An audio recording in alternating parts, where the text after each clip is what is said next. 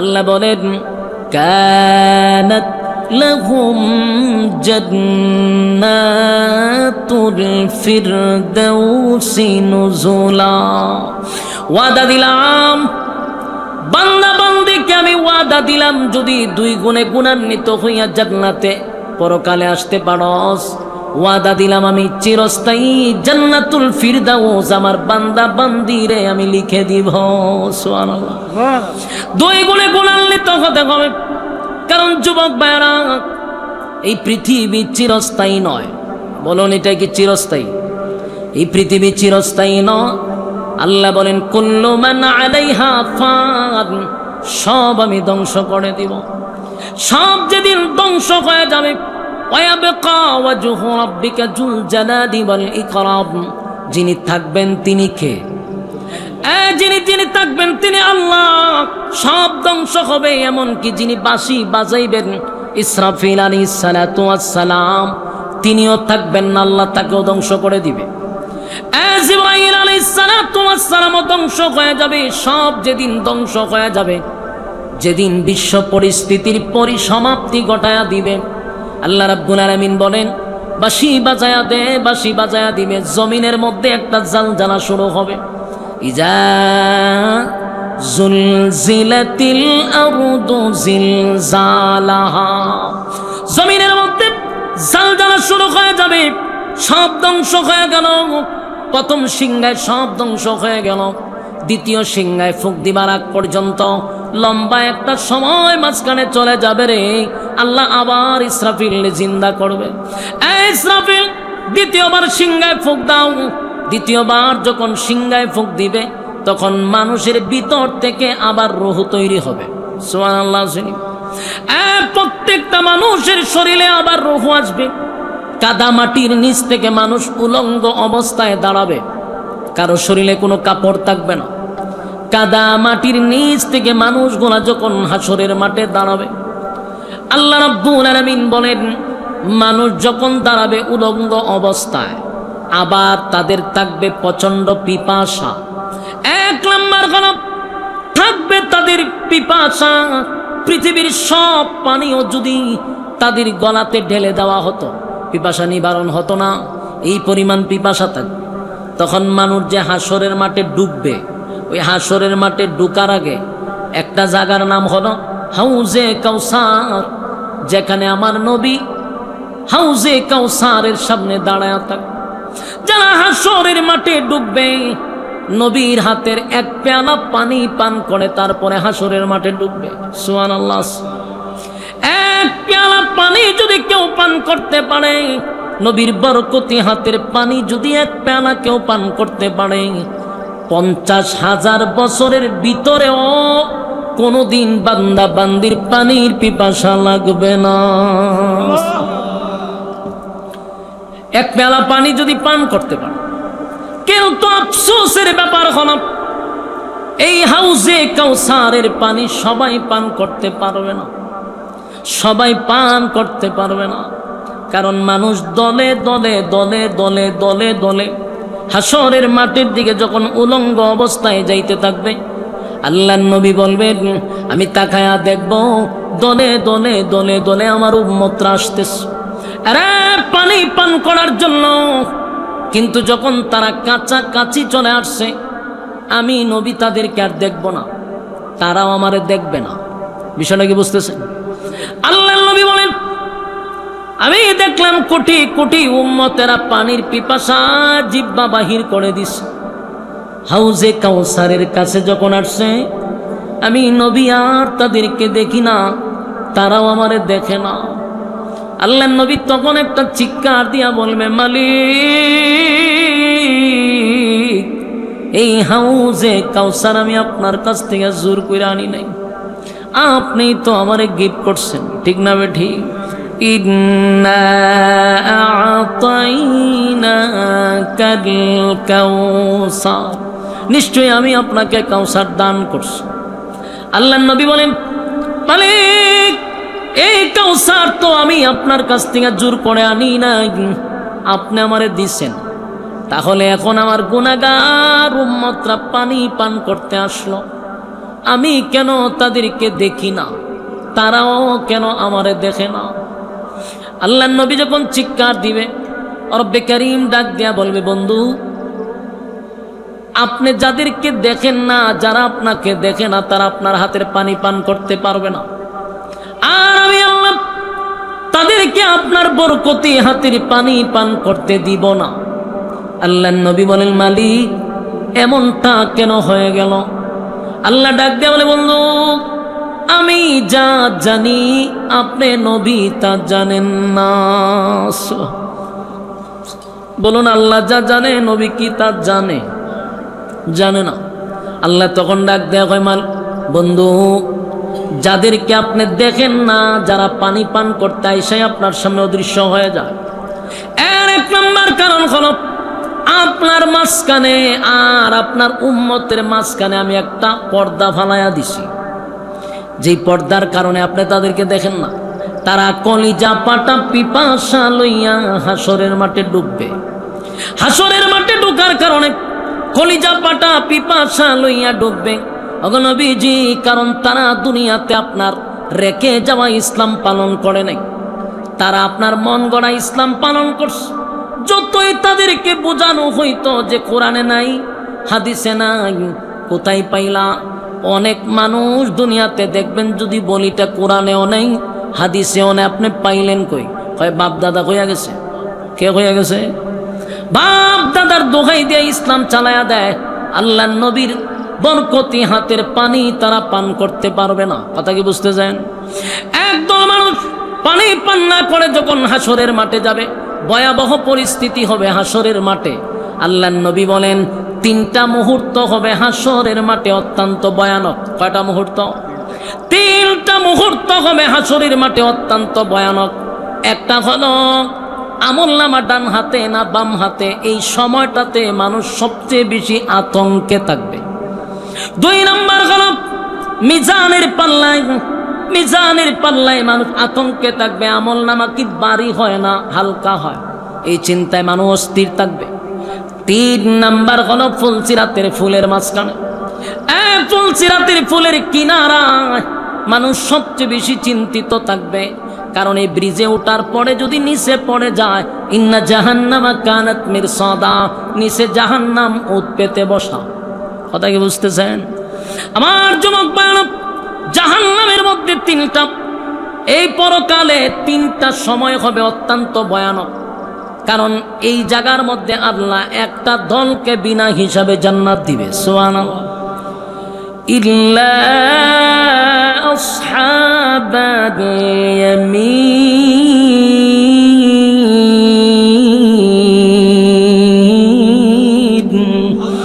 আল্লাহ বলেন আসহাবে ইয়ামিন যারা বিনা হিসাবে আমি তাদেরকে জান্নাত দিব। আরেকটা দল এই জাহান্নামীরা, এদের মধ্যে তিনটা দল হবে, একটা বিনা হিসাবে জান্নাতি, আর একটা ডান হাতে আমলনামা পাবে, তারাও জান্নাতি, আর একটা দল বাম হাতে আমলনামা লইয়া তারা যাবে জাহান্নামে। কথা কি বুঝতেছেন? এক দল গেল জান্নাতে, দুই দল গেল জান্নাতে, আর এক দল গেল জাহান্নামে। জান্নাতীরা জান্নাতে গেল, আর ডান হাতে যারা আমলনামা পাইছে এরা খুশিতে লাফাইতে থাকবে। আল্লাহ জিগায়, এত খুশি খাও মালিক, ডান হাতে যা আমলনামা পাইছে, ডান হাতে আমলনামা পাইয়া খুশিতে তারা আনন্দে নাচতে থাকবে, আর বলবে আমরা জান্নাত পাইছি, এই জন্য আমরা এত খুশি। সুবহানাল্লাহ। আল্লাহ কয়, বান্দারে এখনো জান্নাতের ভিতরে ঢুকস নাই। আমি আল্লাহ ওয়াদা দিছিলাম, কানাত লাহুম জান্নাতুল ফিরদাউসি নুজুলা, আমি জান্নাতুল ফিরদাউস তোদেরকে দান করব। আজকে আমি ওয়াদা করছিলাম যে আমি ওয়াদা রক্ষা করছি, চিরস্থায়ী জান্নাতুল ফিরদাউস আমি তোদেরকে দান করে দিলাম। সুবহান। এই জান্নাতে ঢুকলে এক নাম্বার যে নিয়ামত আপনি পাবেন, যা দুনিয়াতে মানুষ কোনোদিন চেয়ে পায় নাই, এক নাম্বার কোন জান্নাতের ভিতরে আর কোনোদিন মরণ নেই। কি নাই? মরণ নেই। দুই নাম্বার কোন জান্নাতের ভিতরে আর কোনোদিন বৃদ্ধ হবেন না। কথা কি বুঝতেছেন? জান্নাতের ভিতরে কি নাই? মরণ নাই, জান্নাতে বৃদ্ধ হবেন না। 3 নাম্বার হলো দুনিয়াতে অনেক মানুষের যে আফসোসগুলা ছিল সব দুনিয়ায় পুরা হয় না, আল্লাহ জান্নাতে সব পুরা করে দিবে। সুবহানাল্লাহ। 1 নাম্বার আফসোসটা হলো পৃথিবীর কোনো মানুষ কিন্তু মরতে চায় না। বলুন এখানে যারা আছেন কেউ কি মরতে চান? কথা কয় নাকি? কেউ মরতে চান? পৃথিবীর কোনো মানুষ মরতে চায় না। আল্লাহ রাব্বুল আলামিন বলেন পৃথিবীতে কেউ মরতে চায় না রে, কিন্তু আফসোস দুনিয়ায় পড়া হবে না। জান্নাতে যেদিন ঢুকে যাবেন আল্লাহ ঘোষণা দিবে আর কোনো দিন জান্নাতীদের মরণ নাই। জুড়ে জুড়ে কোন সুবহান। জান্নাতীদেরও মরণ নাই, জাহান্নামীদেরও মরণ নাই। যেদিন জান্নাতীরা শুনবে জান্নাতীদের মরণ নাই রে, জান্নাত পায়াও এত খুশি হয় নাই, মরণ নাই কথা শুনে যতটা খুশি হইছে। আর জাহান্নামীরা যেদিন শুনলো জাহান্নামে তাদের মরণ নাই, জাহান্নাম পাওয়ার পরে যা কষ্ট পাইছে এর থেকে বেশি কষ্ট পাইছে যখন শুনছে আর মরণ নেই। আল্লাহ রাব্বুল আলামিন বলেন জান্নাতীরা জান্নাতে যাবে, জাহান্নামীরা জাহান্নামে যাবে। আল্লাহ জিগায় জান্নাতীদেরকে, জান্নাতীরা বল জান্নাত পাওয়ার পরে তোদের আর কোনো আফসোস আছে কিনা আমাকে একটু জানা। বান্দারা কয় আল্লাহ জান্নাতে আসার পরে 1 নাম্বার পুরস্কার পাইলাম, আর কোনোদিন মরব না। 2 নাম্বার কোনোদিন বৃদ্ধ হব না। দুনিয়াতে আমরা কালো ছিলাম কিন্তু এখন ইউসুফ নবীর মতো সুন্দর হয়ে গেছি। সুবহানাল্লাহ। কে আছে দুনিয়াতে যারা খাটো ছিলেন বলুন তো দেখি, মক্কার ইমাম দিয়া দোয়া করলো কি আর বড় হইবেন? খাটো মানুষ কি লম্বা হয়? কালো মানুষ কি সুন্দর হয়? কথা হয় না। কালো মানুষ দুনিয়াতে সুন্দর হয় না, খাটো মানুষ কোনোদিন দুনিয়াতে লম্বা হয় না। জান্নাতে এক একজনের বডি থাকবে আদম নবীর মতো লম্বা, 120 হাত, 120 হাত। সুবহানাল্লাহ। আর চেহারা সুন্দর হবে ইউসুফ আলাইহিস সালাতু ওয়াস সালামের মতো। সুবহানাল্লাহ। ইউসুফ নবী কেমন সুন্দর, গোটা পৃথিবীর অর্ধেক সুন্দর আল্লাহ ইউসুফ নবীরে দিছে। 3 নাম্বার হলো জান্নাতের ভিতরে যাওয়ার পরে বান্দা বান্দি রে আর কোনোদিন তোর বয়স বাড়বে না। বয়স যদি হয় 32 আর কোনোদিন 33 হবে না। সুবহানাল্লাহ। বয়স কোনোদিন 33 হবে না, বয়স যদি 32 হয় আর বাড়বে না। তাহলে 1 নাম্বার কোন চেহারা সুন্দর, বডি লম্বা। কালো মানুষ এই বাচ্চাগুলোর কিন্তু উঠান তো ভাই, ডিস্টার্ব করতেছে মারাত্মক। ওঠো ওঠো, কথা বললেন না, উড়ান। এত বড় ধামরা এক পোলা বয়ে হাসতেছে, কথা বলতেছে, শুরুর থেকে কথা বলতেছে, ডিস্টার্ব করতেছে। في جنات يتساءلون عن المجرمين ما سلككم في سقر। যুবক ভাইরা কথাগুলো একটু মনোযোগ দিয়া শুনেন। আমার 4টা পয়েন্ট আছিল, ইয়াদ আসেনি? 4টা পয়েন্ট আসতেছে। 1 নাম্বার হলো প্রথম দিক দিয়ে আল্লাহ যে নিয়ামত দিবে, 1 নাম্বার হলো আর কোনোদিন মরবি না। 2 নাম্বার হলো দুনিয়াতে খাটো ছিলি, কোনোদিন লম্বা হওয়ার সম্ভাবনা ছিল না। আমি আদম নবীর মতো তোরে বডি দিলাম, চেহারা ইউসুফ নবীর মতো দিলাম, কণ্ঠ দাউদ নবীর মতো থাকবে। সুবহানাল্লাহ। দাউদ নবীর মতো কণ্ঠ হবে। একেবারে সর্বনিম্ন জান্নাতির ভিতর আল্লাহ একটা জান্নাতিরে বউ দিবে 72টা।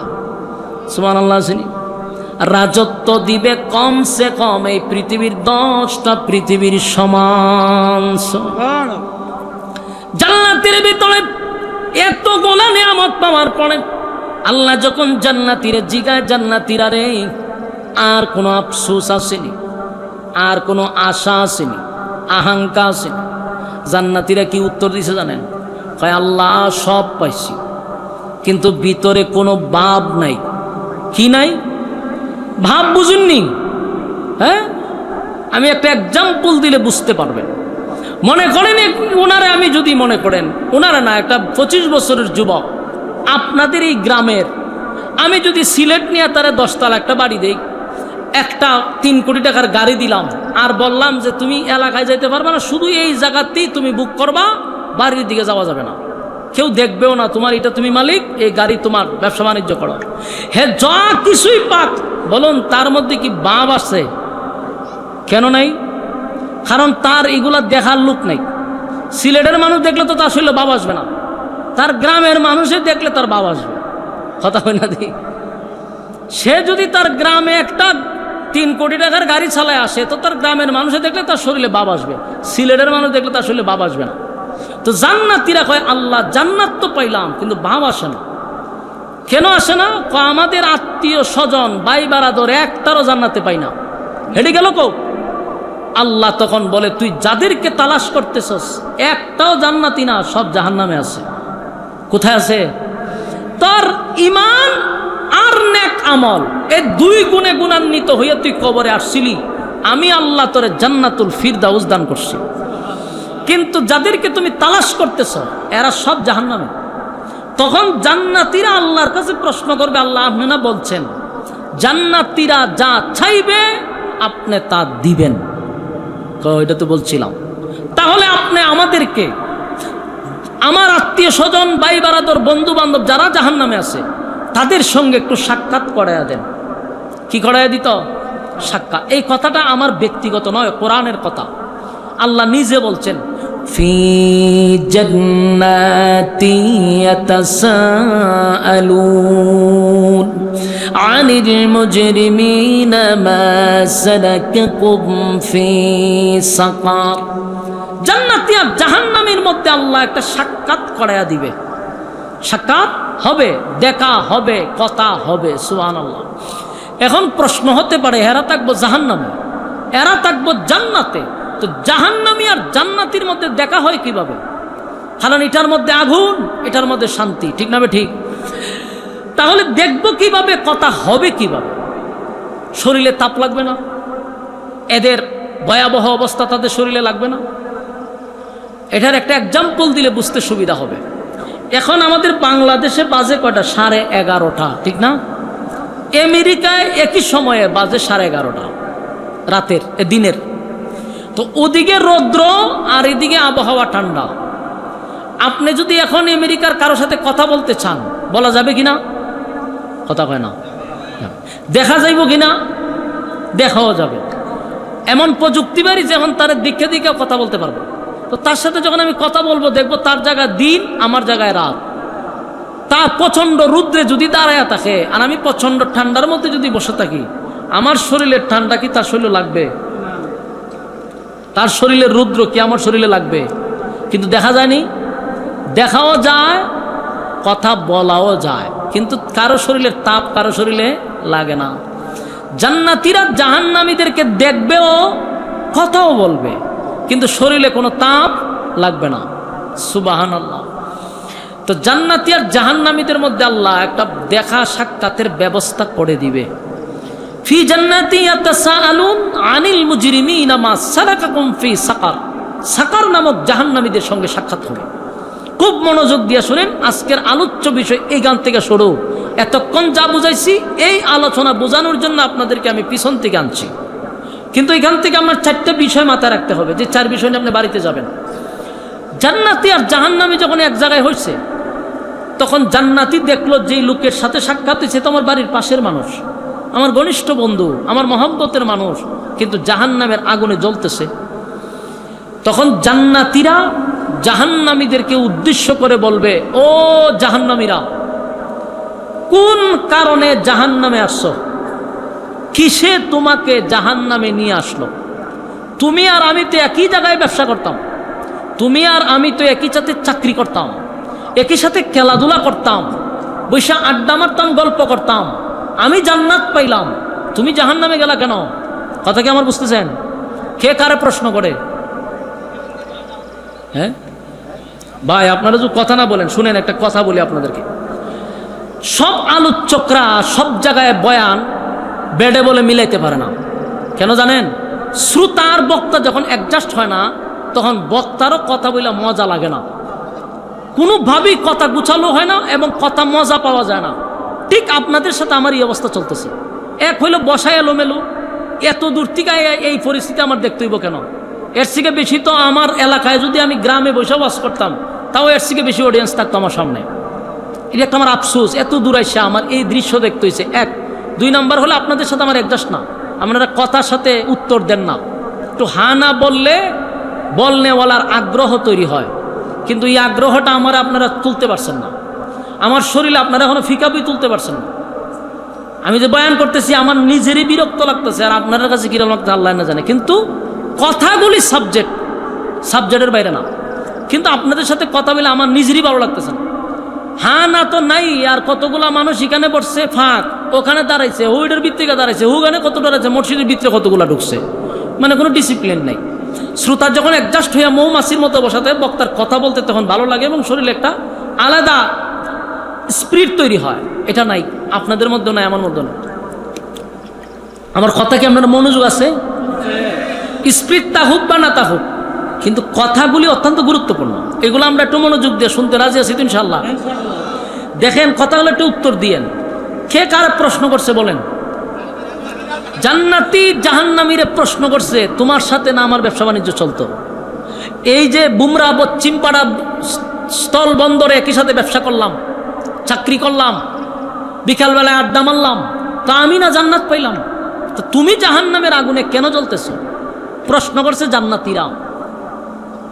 তখন জাহান্নামীরা এই প্রশ্নের উত্তর দিতে গিয়া কারণ বলছে 4টা। বলুন কারণ কয়টা?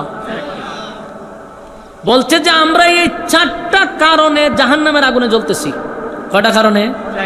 হ্যাঁ, বয়ানের শুরুতে কি বলছিলাম যে কোন কারণে মানুষ জাহান্নামে যায়, এর 4টা কারণ আপনাদের সামনে বর্ণনা করব, যেহেতু গুরুস্থান সামনে। নাইলে এই আলোচনা করা আমার ব্রেইনেও ছিল না, মনেও ছিল না, শুধু এখানে এসে আমি সাবজেক্ট পাল্টাইছি। তবে মনোযোগ দিয়ে শোনেন, জান্নাতীরা যখন তাদেরকে প্রশ্ন করছে তুমি জাহান্নামের আগুনে জ্বলো কেন, তারা হয় 4 কারণে। কয় কারণে? এখন আমি একে একে 4টা কারণ বলবো। 4 কারণ শেষ, আমার ওয়াজও শেষ। কিন্তু আপনারা এখানে যারা বসে রয়েছেন আর যারা দাঁড়ায়ও আছেন, আপনারা 4টা কারণ মিলাইবেন যে 4টা কারণ কার কার মধ্যে আছে। কথা ঠিক না ঠিক? যদি দেখেন এই 4 কারণের মধ্যে 1 কারণ আপনার মধ্যে আছে, আপনি 100% জাহান্নামী। 4 কারণের মধ্যে যদি 1 কারণ আমার মধ্যেও থাকে, আমি 100% জাহান্নামী। কথা কি বুঝতেছেন আমার?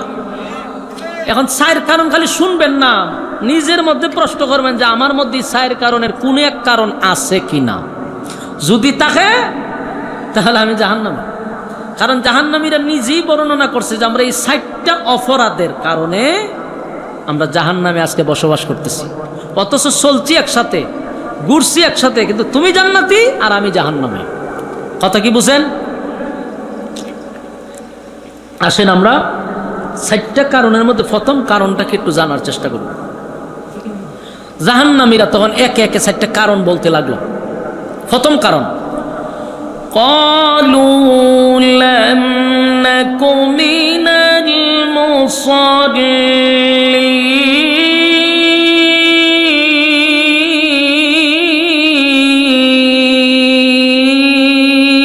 আল্লাহু আকবার। এটা 1 নম্বর কারণ। 1 নম্বর কারণ হলো ক্বালু লাম নাকু মিনাল মুসাল্লিন।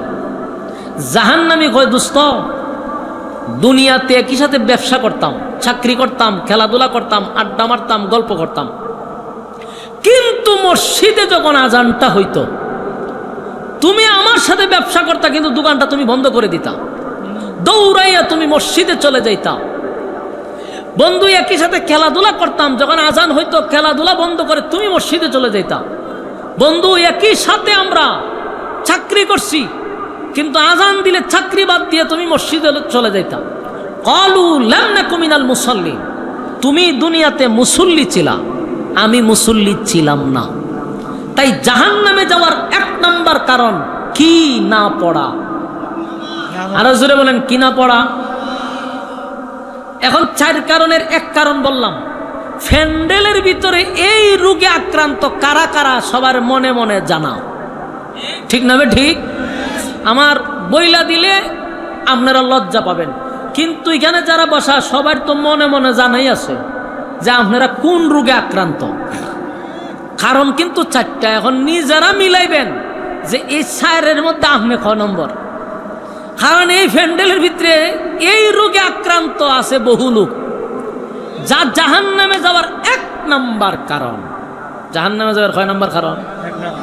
হ্যাঁ, ক্বালু লাম নাকু মিনাল মুসাল্লিন, মানে জাহান্নামে যাবে এটা 1 নাম্বার কারণ। তাহলে আমরা এখানে যারা বসছি আর দাঁড়াইনা ফাটি যারা, হেরাও জানে যে এই রোগে আমরাও আক্রান্ত। তাহলে জাহান্নামে যাবার 1 নাম্বার কারণ সিগনাল আপনাদের কান পর্যন্ত পৌঁছে গেছে, ঠিক না?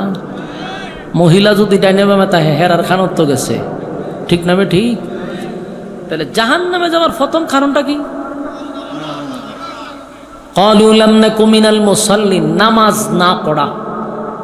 আমাদের মধ্যে অনেক বন্ধু বান্ধব আছে না নাই? একই সাথে ব্যবসা করে, এক বেচারা দোকানটা বন্ধ করে টাস করে গেছে মসজিদে, হে বসে রয়েছে। এই লোকটাই হাসরের মাঠে বলবে, আমি মুসল্লি ছিলাম না, তুমি মুসল্লি ছিলা। তাই আমার আসার 1 নাম্বার যে কারণটা, এটাই নামাজ। আউয়ালু মা ইউহাসাবু বিহিল আবদু ইয়াউমাল কিয়ামাতিস সালাহ।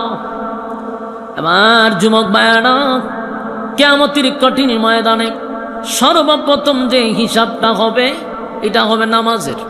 কিসের? নামাজের হিসাব হবে। এই প্যান্ডেলের ভিতরে বহু মানুষ এই রোগে আক্রান্ত আছে না নাই?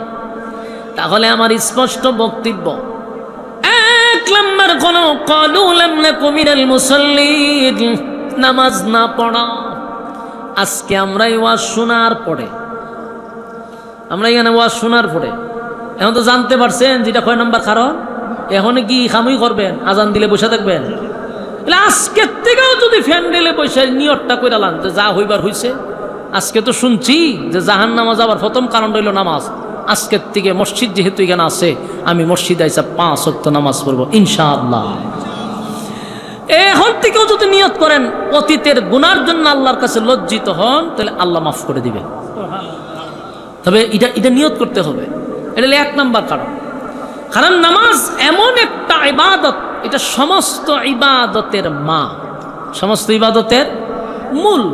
এই নামাজ সমস্ত ইবাদতের মূল। আল্লাহর রাসূলের ইন্তেকালের সময় আপনি একটু লক্ষ্য করে দেখেন, জীবনের শেষ সময়টা তো কিন্তু নবী স্ত্রী সন্তানের কথা বলে নাই, বলছে কিন্তু নামাজের কথা। সুবহানাল্লাহ, সুবহানাল্লাহ। মালাকুল মউত আজরাইল যখন নবীর সামনে বসা, তখন নবী নামাজের কথা বলে গেছে। সুবহানাল্লাহ। আছে আমার যুবক ভাইরা, জীবনের শেষ সময়টা তো কিন্তু নবী নামাজের কথাই বলছে। ক্বালু লাম নাকু মিনাল মুসাল্লিন, 1 নাম্বার হলো নামাজ না পড়া। আমার যুবক ভাইরা, তাই জাহান্নামে যাওয়ার 1 নাম্বার কারণ নামাজ না পড়া, নামাজ না পড়া। আজকের এই মাহফিল থেকে যদি আমরা নিয়ত করি যে আজকের থেকে আমরা 1 নাম্বারটা আমরা মেনে চলবো, নামাজ বাদ দিব না, তাহলে কি আর জাহান্নামে যাবেন? 1 নাম্বার কারণে কি আর জাহান্নামে যাওয়া সম্ভব? নামাজ পড়লে তো আপনি 1 নাম্বার কারণে আর যেতে হচ্ছে না। রাজি আছি তো ইনশাআল্লাহ? এটা কয় নাম্বার? এবার আসুন 2 নাম্বার। 2 নাম্বার হলো ওয়ালাম নাকুনু তুইমুল মিসকিন।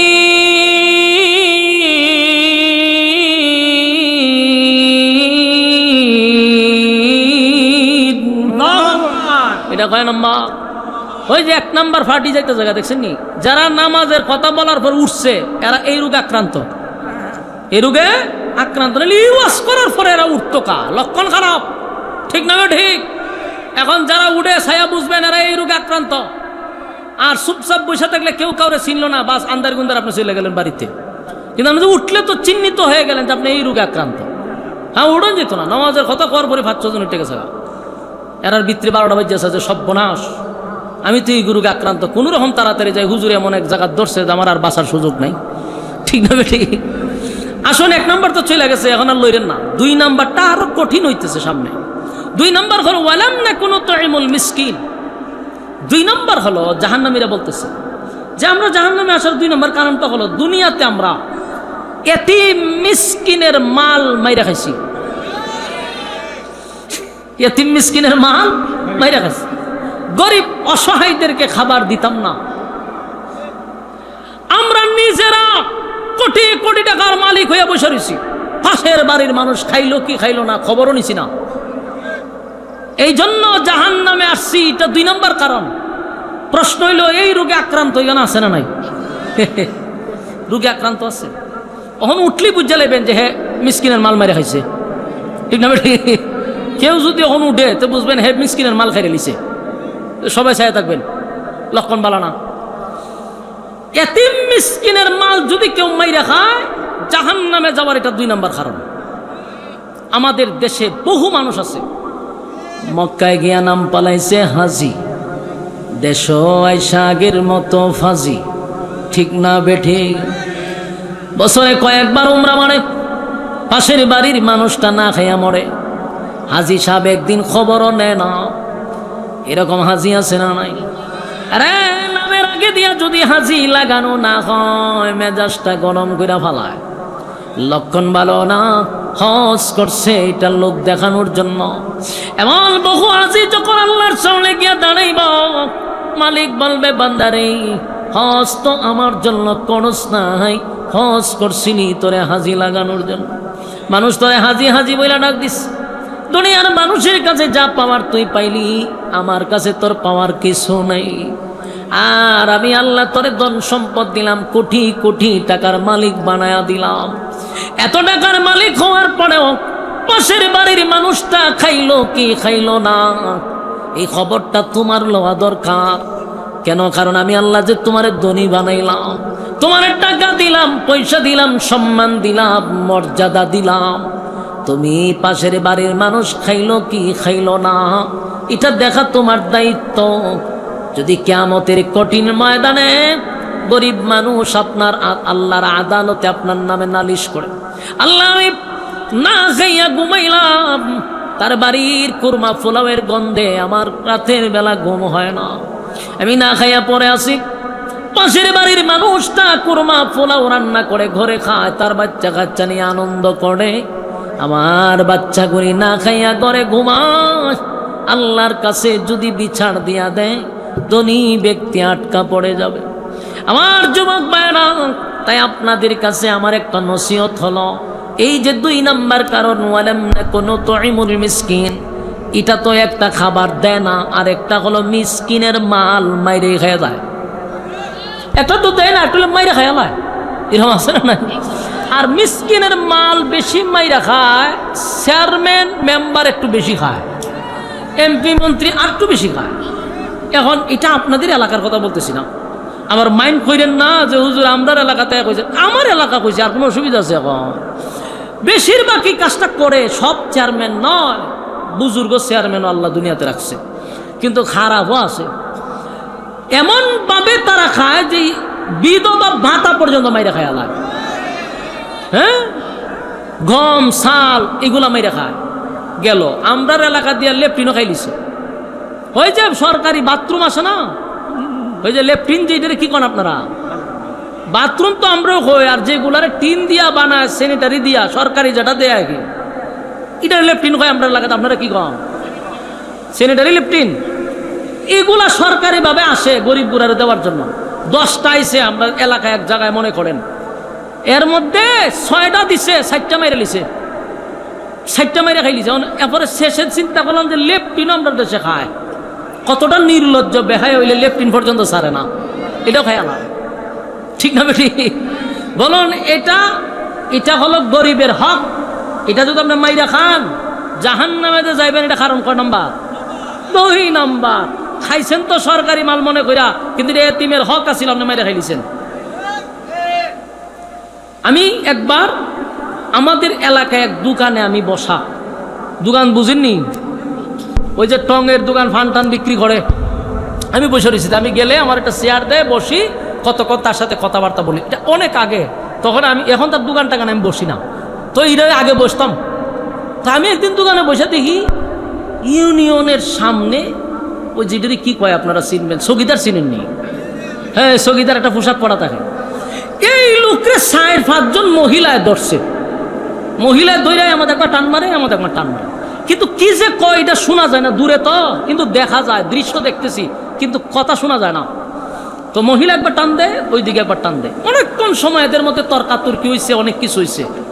হ্যাঁ, বুঝে চিন্তা হলো ঘটনাটা কি, তা একটা পুরুষ মানুষের মহিলারা এইভাবে টানতেছে।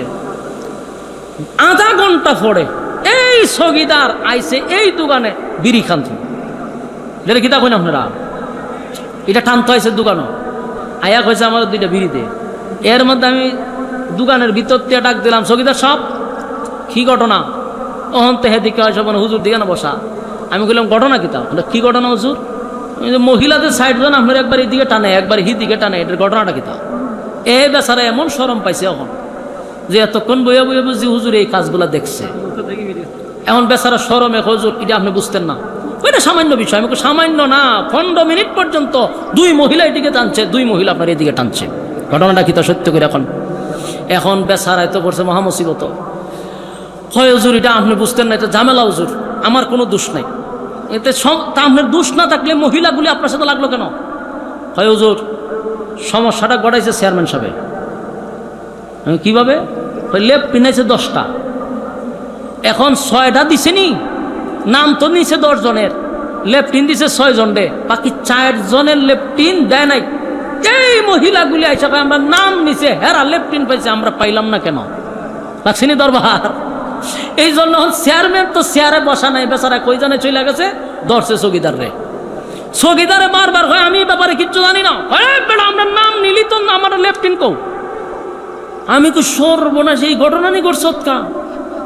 তাহলে এই লেফটিন লই আপনার সাথে দ্বন্দ্ব শুরু হয়েছে বলে। তখন আমি চিন্তা করলাম সর্বনাশ, ঠিক সারাটা বাংলাদেশ আমি প্রচার করে দিব। আমি এই ঘটনাকে আমি আর বাদ দিব কোনো মাহফিল? সব জায়গা তখন কইয়া দিতেছি, যেখানে যাই জায়গাতে কই দিচ্ছে লেফটিন মেরে খাই দিছে। কথা কি বুঝতেছেন? তো আমাদের দেশের লেফটিন মাইরা খাওয়াই না লোক আসেনি। হায় আল্লাহ, বলুন তো দেখি জাহান্নামে যাওয়ার 6 নম্বর কারণ? 2 নম্বর কারণ, ওয়ালাম নাকুনু তু'ইমুল মিসকিন।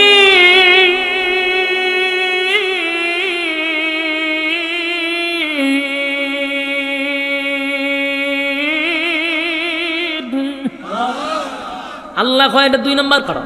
এখন আপনারা মিলান, প্রথম আর 2 খার মধ্যে আছে, এটি কিন্তু কোন যেত না, আপনি নিজে নিজে মিলাইবেন ভিতরে ভিতরে। কিন্তু ওইটা যদি খারান তাহলে বুঝছে মানুষ মিসকিলে মাল মারা খাই নিয়েছেন, ঠিক আছে? উড়ন যেত না, মনে মনে মিলান যে আমরা এই 2 রোগে আক্রান্ত আছি কিনা। যদি আমিও থাকি, জাহান্নামে যাওয়ার এটা 2 নম্বর কারণ, ঠিক না? ঠিক। এখন আসেন 3 নম্বরটা বলি। وَكُنَّا نَخُوضُ مَعَ الْخَائِضِينَ।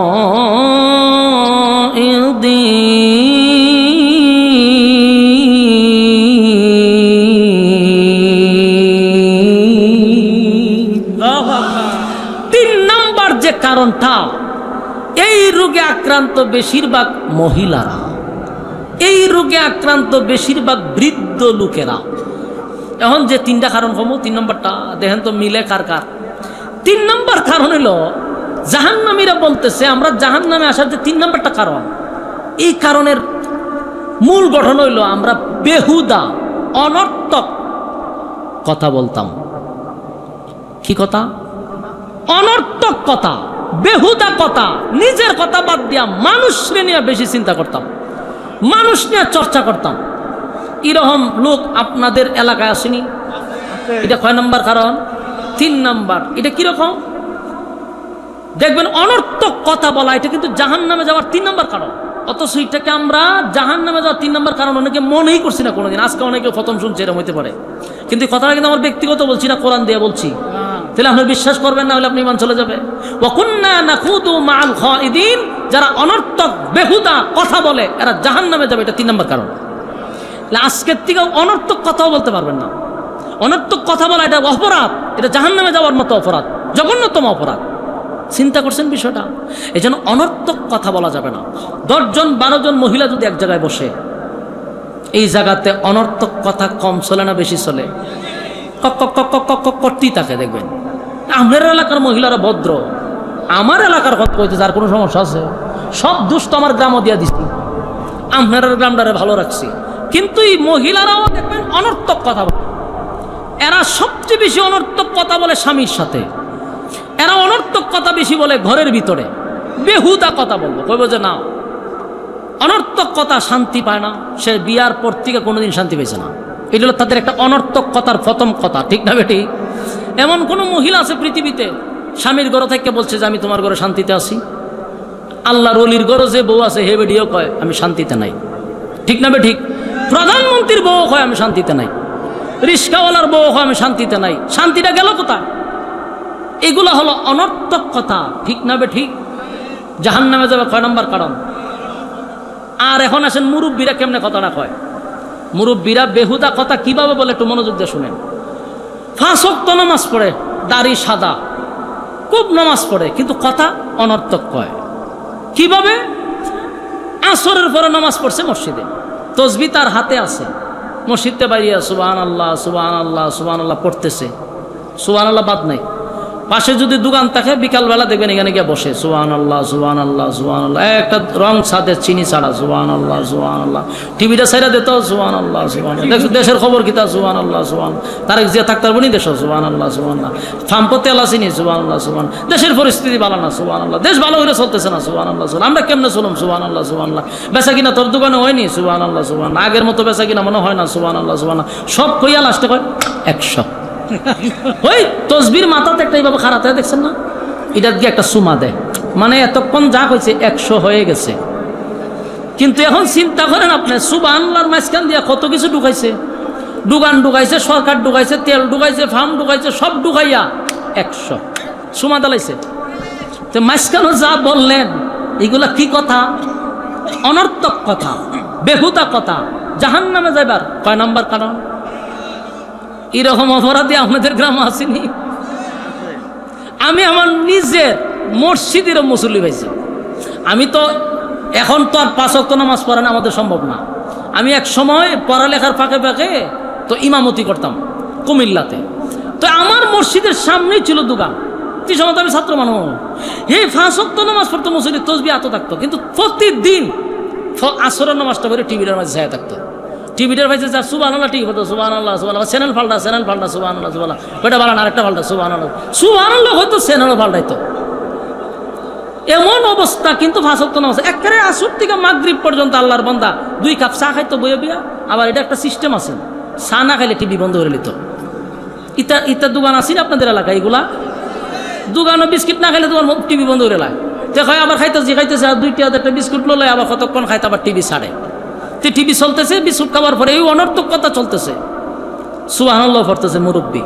এরপরে মাগরিবের আজানটা দিলে পকেটে বইরা তসবিটা আয়া উজু করে আবার নামাজও। বলুন তো দেখি, এই যে সারাদিন বইয়া অনর্থক কথা কইল, জাহান্নামে যাবে, এটা কয় নম্বর কারণ? এই অপরাধে কি খালি আমাদের এলাকায় আছে, আপনাদের এলাকায় নাই? এই কথাগুলি বলতেছি আমি না জাহান্নামী? জাহান্নামীরা কেন জাহান্নামে গেছে, তার কারণ কি, কোন কারণে, এগুলো কিন্তু বলতেছে জাহান্নামী। যে আমরা এই 4টা কারণে জাহান্নামে আসছি, এর মধ্যে 3 নাম্বার কারণ পর্যন্ত আপনাদের কাছে বলে ফেলাইছি। 3 নাম্বার কারণ কি? বেহুদা কথা বলা। তাহলে এই পর্যন্ত 3টা কারণ বলছি। দেখেন তো মনে মনে চিন্তা করে 3 কারণের মধ্যে কোন কারণ আমাদের মধ্যে আছে। খানার তো মনে মনে সবই জানা, ঠিক না বে ঠিক? 1 নাম্বার গলপ, ক্বালু লাম নাকু মিনাল মুসাল্লিন, আমি দুনিয়ায় থাকতে নামাজ পড়তাম না, একই সাথে ব্যবসা করতাম, একই সাথে চাকরি করতাম, একই সাথে খেলাধুলা করতাম, কিন্তু ক্বালু লাম নাকু মিনাল মুসাল্লিন, দুনিয়াতে তুমি মুসল্লি ছিলা, আমি মুসল্লি ছিলাম না, তাই জাহান্নামে আসার 1 নাম্বার কারণ হলো আমি নামাজ পড়তাম না। আমার যুবক ভাইরা, এটা কিন্তু জাহান্নামীদের 1 নাম্বার বক্তব্য। আমরা জাহান্নামে আসছি রে, 1 নাম্বার কারণ হলো নামাজ না পড়া। আমি প্রথমেই বলছি, আউয়ালু মা ইউহাসাবু বিহিল আবদু ইয়াউমাল কিয়ামাতিস সালাহ, কিয়ামতের দিন সর্বপ্রথম যে হিসাবটা আল্লাহ নিবে এটা হবে নামাজের হিসাব। জুরে কোন ঠিক না বেঠে? আমার যুবক ভাইরা, একটু দিলের কান লাগায় শুনে, এতক্ষণ পর্যন্ত যা শুনলেন প্রত্যেকের মনে মনে আমাদের জানা আছে রে, আমরা কোন রোগে আক্রান্ত। নামাজ পড়ি না, হক মাইরা খায়, এমনকি বাই মারা গেছে, বাতিজা গলিয়ে তিম। এই অবস্থায় আমরা কিন্তু বাইয়ের সাথেও বাইয়ের সম্পদগুলা নিজের নামে লেখায় নেওয়া হয়, বাতিজাদের উপর জুলুম করা হয়। এমন অসংখ্য লোক সমাজে বাস করে, কিন্তু নামের আগে দিয়া তাদের আবার হাজিও লাগাইতে হয়। এরকম অপরাধীর সমাজে অভাব নাই। আল্লাহর নবী বলেন সাবধান, জাহান্নামে যাওয়ার এটা 2 নাম্বার কারণ। 3 নাম্বার হলো যারা বেহুদা কথা বলে, অনর্থক কথা বলে, এটাও জাহান্নামে যাওয়ার 3 নাম্বার কারণ। একে একে আমরা যে 3টা কারণ শুনছি, আমরা মনে মনে মিলান 3টা কারণের মধ্যে যদি একটা কারণও আমার আর আপনার মধ্যে থাকে, কসম খোদার আমি বক্তাও জাহান্নামী, শ্রোতাও জাহান্নামী। তাই 3টা কারণ পর্যন্ত বললাম, একটা একটু পরে বলবো। 3 নাম্বার পর্যন্ত একটু চিন্তা ভাবনা করে দেখেন আমার মধ্যে আছে, আপনার মধ্যে আছে কিনা, মহিলাদের মধ্যে আছে কিনা, পুরুষের মধ্যে আছে কিনা। কসম খোদার একটা কারণও যদি আমার আপনার মধ্যে থাকে, জাহান্নাম থেকে বাঁচানোর কোনো শক্তি আছে? কথা হয় না? জান্নাতীরা বলে, এ জাহান্নামীরা শোন, আমার সঙ্গে চলতি, আমার সাথে ঘুরতি, আমার সঙ্গে কথা বলতি, কেন রে এমনটা হয়ে গেল? কয়েকটাই অপরাধ বন্ধু, দুনিয়ায় তুমি যা যা করছো আমি তা তা করি নাই, আজকে আমি জাহান্নামের আগুনে জ্বলি। 3 নাম্বারটা গেল। এবার আসুন 4 নাম্বার। 4 নাম্বারটা হলো কুন্না নুকাযযিবু বিয়াউমিদ্দিন। 4 নাম্বার কারণ হলো দুনিয়াতে যারা আমরা বসবাস করতেছি, ওয়াজ মাহফিলে আসছি, কোরআনের কথাগুলি শুনতেছি, অনেক মানুষ কোরআন থেকে ওয়াজ করার পরেও অনেক মানুষ কয় এগুলা হুজুররা বলে, এটা হুজুরদের কাজ। সব কথা কি আর সত্য হয় নাকি? মূল কথা হলো কোরআনের উপরে যাদের বিশ্বাস নাই, কোরআনের কথা যারা মানে না, বুঝে না, শুনে না, এমন কি পরকালের উপর বিশ্বাস করে না, এই যে কবরের পাশে দাঁড়াইয়া বৈশা আমরা কথাগুলি শুনতেছি, বলুন তো দেখি এই কবরের মধ্যে পাশে দাঁড়াইয়া যারা আমরা শুনতেছি, এই কবরে বহু মানুষ জান্নাতের বাগানে ঘোরাফেরা করতেছে, বহু মানুষ জাহান্নামের আগুনে জ্বলতেছে। এতটুক বিশ্বাস করি, এটার নাম হলো ঈমান। ঠিক না বেঠিক? আবার অনেক মানুষ বলবে হুজুর কত কবরের পাশ দিয়া গেলাম, কত ভাঙ্গা কবর দেখলাম, কোনো কবরে কোনো ফুলের বাগান দেখলাম না, কোনো কবরে জাহান্নামের আগুন দেখলাম না। কিন্তু আপনারা ওয়াজ করেন কবরে কারো ফুলের বাগান, কারো জাহান্নামের আকড়া। আমি শুধু তাদেরকে বলতে চাই, বলুন তো দেখি ঘুমন্ত মানুষ যা দেখে, জাগ্রত মানুষ কি তা দেখতে পায়? কথা হয় না? একটা ঘুমন্ত মানুষ স্বপ্নে দেখে আমেরিকা চলে গেছে, সেখানে গিয়ে লাল চামড়া লয়া ডান্স লো পাগলো ডান্স করতেছে, এই জিনিসটা স্বপ্নে দেখতেছে। পাশে আর একটা বন্ধু বৈশা রয়েছে, হে কি দেখতেছে? এখন এক ঘুম তুইটা যদি হয়, দোস্ত আমি আজকে স্বপ্নে গেছিলাম গে আমেরিকা, এখানে গিয়ে একটা মেয়ের সাথে সম্পর্ক ঘোরাফেরা করতেছিলাম, এই মুহূর্তে ঘুম ভাঙায় দিলি। তখন এ যদি একটা থাপ্পড় দেওয়া হয়, বেটা তোর ফাঁসে বসা, আমি আমেরিকাও দেখলাম না, মাইও দেখলাম না, আনন্দ ফুর্তিও দেখলাম না, ভাই তুমি আলাপ করস, দেখি গ্রহণযোগ্য? কারণ আমি তো ঘুমে ছিলাম, ঘুমের ঘরে স্বপ্ন দেখছি, তুমি জাগ্রত থেকে তা দেখতে পাও না। কারণ ঘুমের মানুষ যা দেখে, জাগ্রত মানুষ তা দেখতে পায় না।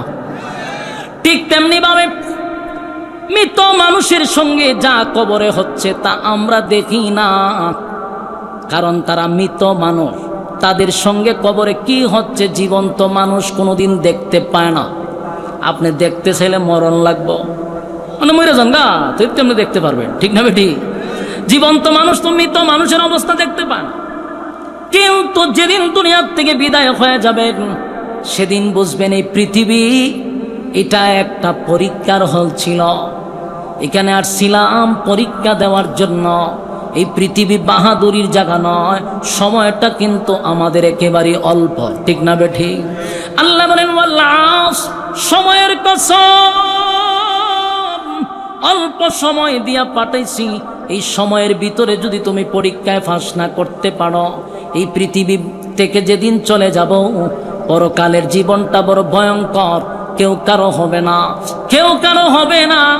এমনকি মা তার সন্তানের পরিচয় দিবে না, সন্তান বাবার পরিচয় দিবে না।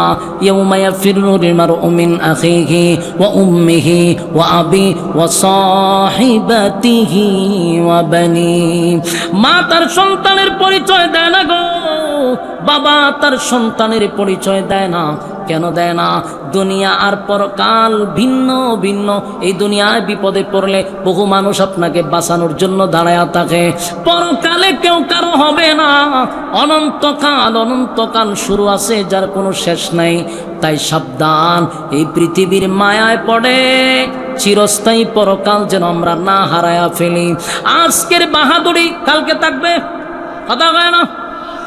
এই যে কবরস্থান অথবা এর সিগা বড় কোনো গুরুস্থান থাকলে দেখবেন এই গুরুস্থানে এমনও ব্যক্তি শুয়ে আছে যাদের কথা এই এলাকার মানুষ এক সময় কাঁপত, ঠিক না বেটি? যাদের দাফনে এলাকা লড়ত, আজকে তাদের কবরের সামনে কেউ আসে না, তাদের কাছে কেউ দাঁড়ায় না, তাদের সঙ্গে কেউ কথাও বলে না, কেউ তাদের কবরে এসে একদিন সাক্ষাৎও করে না। এই জন্য ভাই, এর থেকে নিরুপায় কেউ নাই, মৃত মানুষ সবচেয়ে নিরুপায়।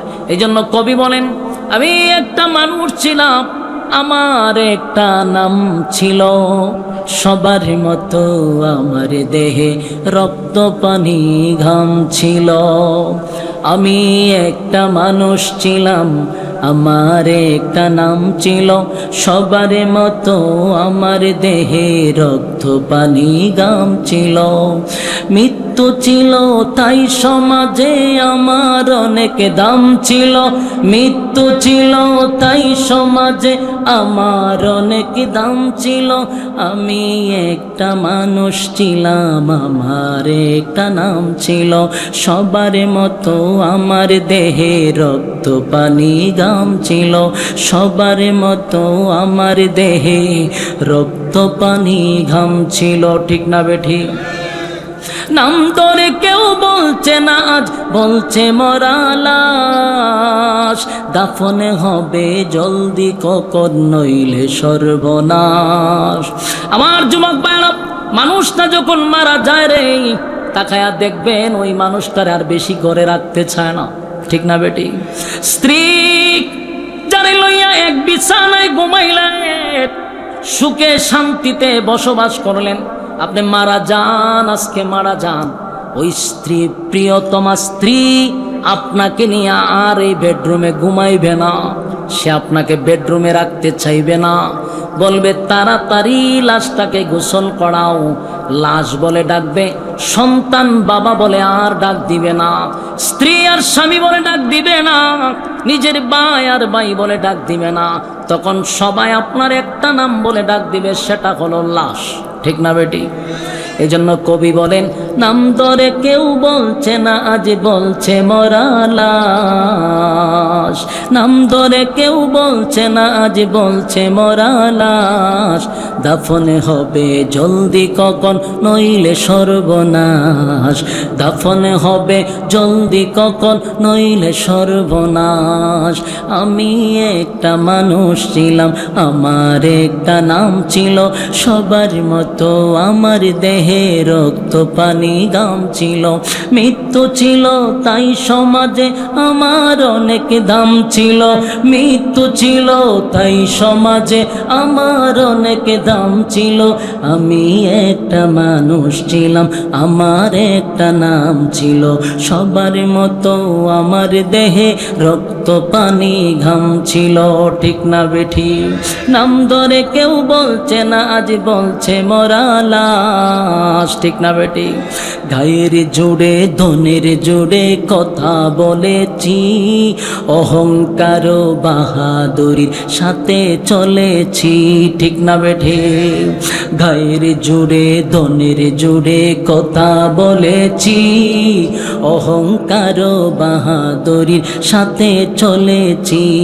নাম ধরে কেউ বলছে না আজ, বলছে মরা লাশ, নাম ধরে কেউ বলছে না আজ, বলছে মরা লাশ, দাফনে হবে জলদি কখন নইলে সর্বনাশ, দাফনে হবে জলদি কখন নইলে সর্বনাশ, ঠিক না বেঠি? আমার যুবক বালক, এ দিলের কান লাগা শুনে একটু দিলের কান লাগায় শুনেন, যেই ঘরের মধ্যে সন্তান লইয়া ঘুমাইলেন, যেই ঘরের মধ্যে স্ত্রী লইয়া ঘুমাইলেন, একবার যদি আপনার প্রাণ পাখিটা বার হয়ে যায়, আপনাকে যদি মালাকুল মউত সামনে হাজির হয়ে যায়, রুহটা যেদিন বাহির হয়ে যাবে, কসম খোদার আর স্ত্রী আপনাকে স্বামী বলে ডাক দেয় না। একেবারে প্রত্যেকটা মানুষ সেদিন আপনাকে লাশ বলে ডাকতে থাকে, ঠিক না বেঠি? আপনার সন্তান তখন আপনাকে বলবে, আমার আব্বাকে গোসল করা, এমন ভাবে বলে না, বলে লাশটাকে গোসল করাও, লাশটারে দাফন করো, লাশটারে কবরে নিয়ে যাও, লাশটাকে কবর থেকে নামাও, মাটিতে দাফন করো। এত নিষ্ঠুর! এই পৃথিবীর থাকতে আপনার নাম চিরতরে মুছে গেল রে। যেদিন আপনি পৃথিবীর থেকে বিদায় হয়ে গেলেন, আপনার ঘরের জায়গায় রয়ে গেল। আপনি মনে করলেন আমি দুনিয়ার থেকে বিদায় হয়ে গেলে আমার ঘর চলবে না, আমার সন্তান কেমনে চলবে, আমার আত্মীয় স্বজন কেমনে চলবে, আমার প্রতিষ্ঠান কেমনে চলবে, আমার ব্যবসা বাণিজ্য কেমনে চলবে। খোদার কসম, কোনো মানুষ মারা গেলে বলুন তো দেখি, তার জন্য কি কোনো কিছু থেমে থাকে? এখন থেমে থাকে না, থেমে থাকে না। আপনি চলে যাওয়ার পরে 3 দিনের ভিতরে প্রত্যেকের অন্তর থেকে আপনার মায়া দয়া সব আল্লাহ দূর করে দিবে। কথা কি বুঝতেছেন?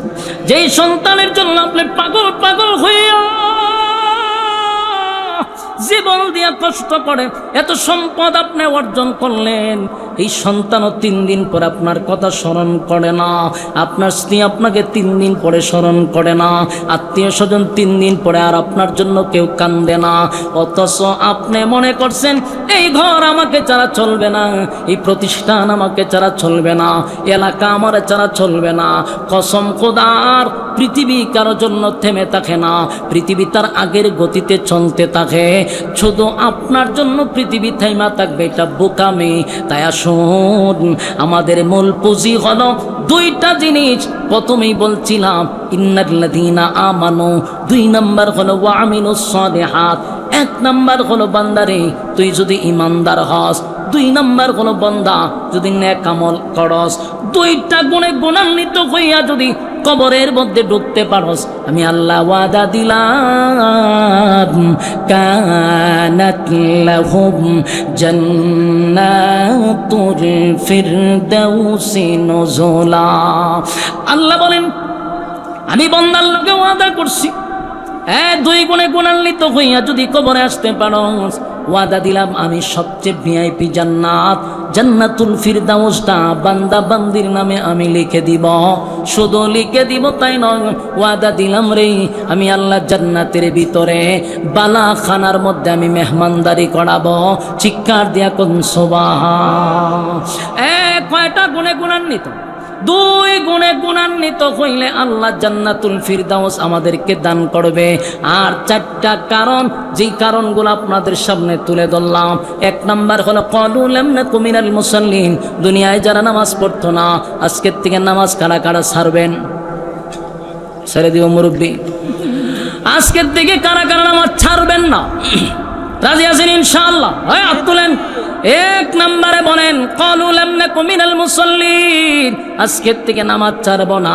2 নাম্বার হলো ওয়া লাম নাকু নুতঈমুল মিসকিন, আজকের থেকে কোনো অসহায় গরিব দুঃখীর মাল মেরে খাবো না, অসহায় গরিবদের মাল মারবো না, গরিবদেরকে খাবার দিব, অসহায়দের পাশে দাঁড়াবো। এই কাজটা যদি করতে পারি 2 নম্বরে জাহান্নামে যেতে হবে না। 3 নাম্বার ওয়া কুন্না নাখুদু মাআল খাইদিন, যারা বেহুদা অনর্থক কথা বলে জাহান্নামে যাওয়ার, এটা 3 নাম্বার কারণ। আজকের থেকে বেহুদা কথা বলবো না, যখন অনর্থক থাকবো অনর্থক কথা বলবো না, যখন অবসর থাকবো দুরূদ শরীফ পড়তে পারেন, সূরা ইখলাস পড়তে পারেন, আল্লাহর জিকির করেন, দুনিয়া আখিরাতের সম্মান আল্লাহ বাড়ায়া দিবে। বেহুদা কথা বলা যাবে না। 4 নাম্বার হলো পরকালের উপরে আমাদের ইয়াকিন আর বিশ্বাস রাখতে হবে। এই দুনিয়া চিরস্থায়ী নয় গো, এই দুনিয়া ক্ষণস্থায়ী, চিরস্থায়ী আর একটা জগৎ আছে না না? কারা কারা বিশ্বাস করেন 2টা হাত তুল্লা দেখায়া দেই। লিল্লাহে তাকবীর, লিল্লাহে তাকবীর। রাজি আছি ইনশাআল্লাহ? এই প্রত্যেকটা কথার মধ্যে আমরা বিশেষ করে 4টা কারণ আজকে এই মাহফিল থেকে জানলাম, যে 4 কারণে মানুষ জাহান্নামে যাবে। আজকের থেকে সেই 4টা কাজ আমরা বর্জন করব ইনশাআল্লাহ। রাজি আছি তো ইনশাআল্লাহ? যদি 4টা কারণের মধ্যে একটা কারণে কেউ পালন করে আজকে মাহফিল থেকে, তাহলে মাহফিল যারা করাইছে তারাও সাকসেস, যিনি বয়ান করছে তিনিও সাকসেস, যিনি শুনছেন তিনিও সাকসেস। আল্লাহ সবাইকে কামিয়াবি দান করুক, সকলে বলে আমিন। বিশেষ করে এখানে একটা গুরুস্থান আছে, আমরা মুর্দা গানের জন্য দোয়া করব। এখানে যারাই শাহিত আছে, যেহেতু এটা কবরস্থান এবং মসজিদ মাদ্রাসা অ্যাটাচড, আমরা বিশেষ করে মুর্দা গানের জন্য দোয়া করি। আল্লাহ তাআলা সমস্ত মুর্দা গানকে এই কবরের আযাব থেকে আল্লাহ হেফাজত করুন।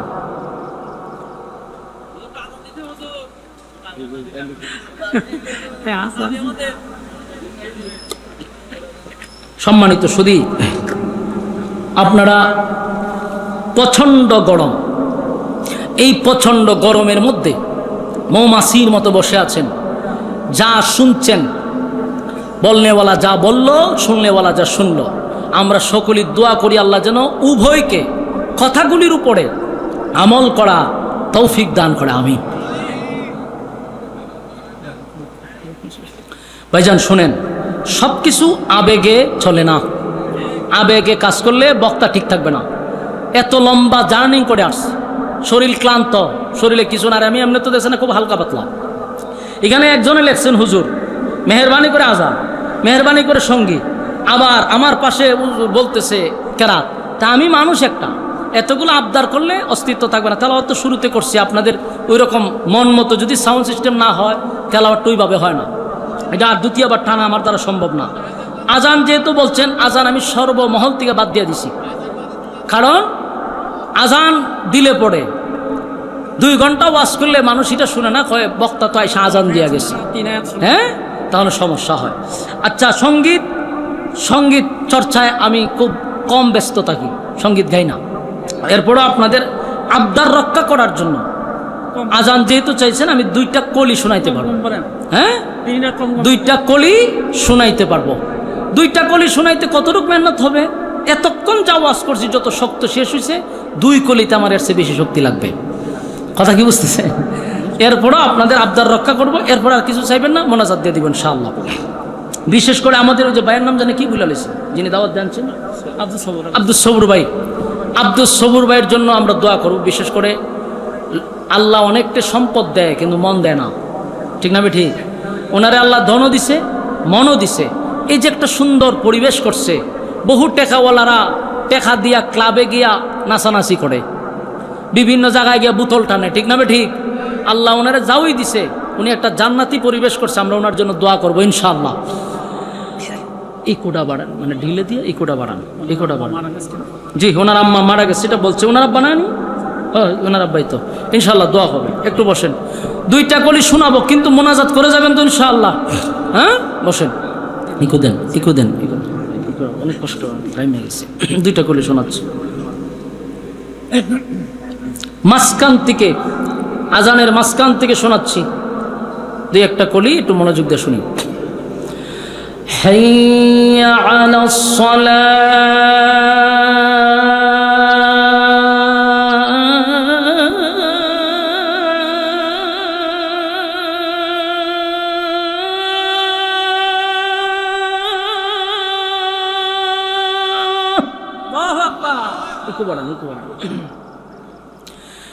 حي على الصلاة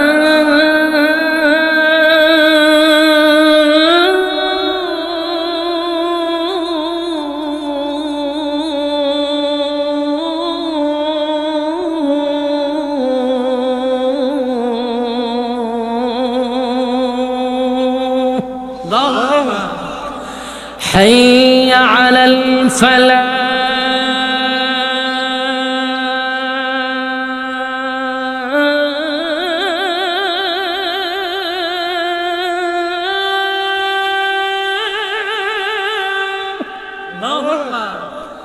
حي على الفلاح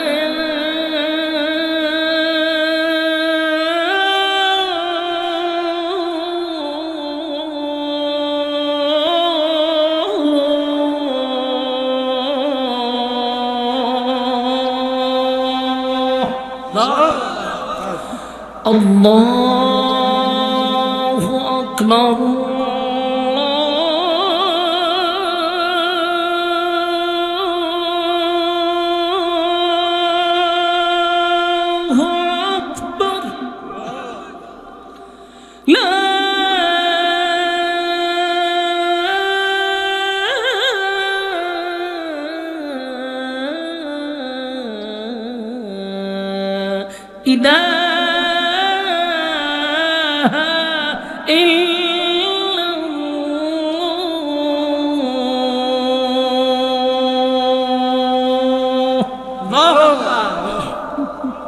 কষ্ট হয়, অনেক কষ্ট হয়ে যায়, এই সময়টার শ্বাস নিতে কষ্ট হয়ে যায়। আপনাদের আবদার রক্ষার জন্য শোনাইছি। এখন আমরা মোনাজাত দিব, মুর্দা গানের জন্য দোয়া করবো ইনশাআল্লাহ। সবাই দুরূদ শরীফ পড়ি। আল্লাহুম্মা সাল্লি আলা মুহাম্মাদিন ওয়া। আজান না দিলাম, তেলাওয়াত তো টাইম না করুন, যেতে এমনি এমনি নামাজের সিস্টেমে শোনাই। হ্যাঁ, নামাজের সিস্টেমে শোনাই, কারণ এটা টাইম না করা সম্ভব না। ও তারাবির নামাজ না, এমনি স্বাভাবিক নামাজের মতো তেলাওয়াত করতে পারি যদি করেন। প্রতিযোগিতা যান, প্রতিযোগিতা। বিসমিল্লাহির রহমানির রহিম। তাবারাকাল্লাযী জা'আলা ফিস সামাই বুরুজান ওয়া জা'আলা ফীহা সিরাজান ওয়া কামারান মুনীরা। وهو الذي جعل الليل والنهار خلفة لمن أراد أن يذكر أو أراد شكورا. وعباد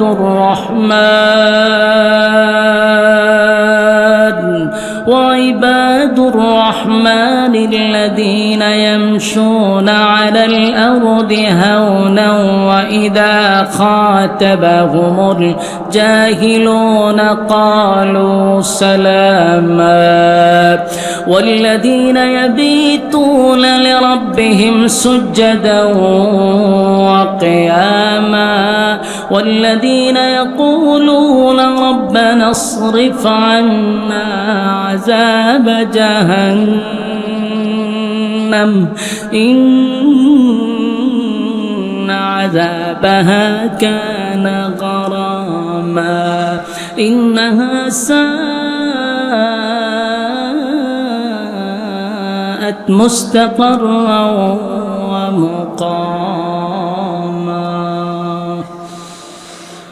যতটুকু শুনাইছি আলহামদুলিল্লাহ। আমরা মোনাজাত করি। আল্লাহুম্মা সাল্লি আলা মুহাম্মাদ ওয়া আলা আলি মুহাম্মাদ কামা সাল্লাইতা আলা ইব্রাহিম ইন্নাকা হামিদুম। বিশেষ করে আমরা আয়োজকদের জন্য দোয়া করব, যুবক ভাইদের জন্য দোয়া করব। সবাই দোয়া শরীক হই। আলহামদুলিল্লাহি রাব্বিল আলামিন ওয়াসসালাতু ওয়াসসালামু আলা সাইয়্যিদিল আমবিয়া ওয়াল মুরসালিন ওয়া আলা আলিহি ওয়া সাহবিহি আজমাইন। ربنا ظلمنا أنفسنا وإن لم تغفر لنا وترحمنا لنكونن من الخاسرين. إن صلاتي ونسكي ومحياي ومماتي لله رب العالمين. رب العالمين আল্লাহ গভীর রাত হয়ে গেল, নজুলে রহমতের সময়। আল্লাহ সাদা সাদা দাড়িওয়ালা মুরব্বীরা হাত বাড়াইছে। আল্লাহ নওজোয়ান তরুণ যুবক ভাইয়েরা হাত বাড়াইছে। আল্লাহ জাতির শ্রেষ্ঠ সন্তান হযরত উলামায়ে কেরামরা হাত বাড়াইছে। পর্দার আড়ালে আমার মা বোনেরা হাত বাড়াইছে। আমি গুনাহগার নাগান্দা নাফরমান নালায়েক অযোগ্য আল্লাহ মুসাফির হালতে আপনার দরবারে হাত বাড়াইছে। মেহেরবানি করে গো আমাদের জীবনের সগীরা কবিরা ইচ্ছা অনিচ্ছা জীবনের ছোট বড় সব গুনাহগুলি মাফ করে দেন আল্লাহ। বাকি জিন্দেগি ইহদিনাস সিরাতাল মুস্তাকিম আল্লাহ সঠিক সরল রাস্তার উপরে জীবনটাকে পরিচালনা করার তৌফিক দেন রব্বুল আমিন। আল্লাহ আমরা যারা হাত বাড়াইলাম আমাদের মধ্যে অনেকের মা নাই, বাবা নাই, দাদা নাই, দাদি নাই, নানা নাই, নানি নাই, শ্বশুর নাই, শাশুড়ি নাই, মহব্বতের মানুষ অন্ধকার কবরে। আল্লাহ জানি না কোন অবস্থায় কোন হালতে কবরে গেছে। মেহেরবানি করে গো আব্বা আম্মার কবরের আযাব আপনি মাফ করে দেন। আল্লাহ যা এতক্ষণ বললাম, যা শুনলাম, নবীজির জুতার দোলার বরকতে দুয়ারে কবুল করেন। আল্লাহ ভুল ত্রুটি মাফ করে সবের হাদিয়া বিশ্ব নবীর রওজা মুবারকে পৌঁছায়া দেন। আল্লাহ আমার ডাইনে বামে সামনে পিছনে যত গুরুস্থান আছে প্রত্যেকটা মুর্দাগানের কবরে সব পৌঁছায়া দেন। রব্বুল আলামিন আপনার দরবারে দরখাস্ত, আমরা যারা হাত বাড়াইছি আমাদের জীবনের সগীরা কবিরা ইচ্ছা অনিচ্ছা দেখাইয়া না দেখাইয়া অঙ্গ পতঙ্গর দ্বারা যত গুনাহ করছি মেহেরবানি করে আল্লাহ জিন্দেগির সব গুনাহগুলি আপনি মাফ করেন। আল্লাহ বাকি জিন্দেগি যতদিন বাঁচায়া রাখবেন ইহদিনাস সিরাতাল মুস্তাকিম। আল্লাহ সঠিক সরল রাস্তার উপরে চলার তৌফিক দেন। যেমনি চললে আপনি খুশি ওইভাবে জীবনটাকে পরিচালনা করার তৌফিক দেন রব্বুল আলামিন।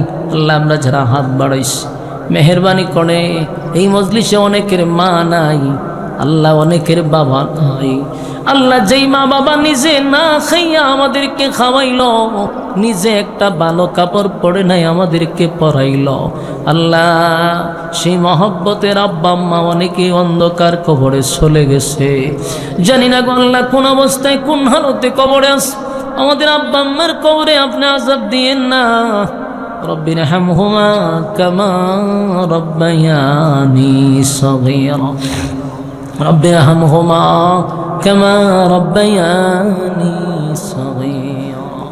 আল্লাহ ছোটবেলা আব্বা আম্মা যেইভাবে আমাদেরকে লালন পালন করছে, আপনি আব্বা আম্মাদেরকে লালন পালন করেন, কুদরতি ভাবে লালন পালন করেন আল্লাহ।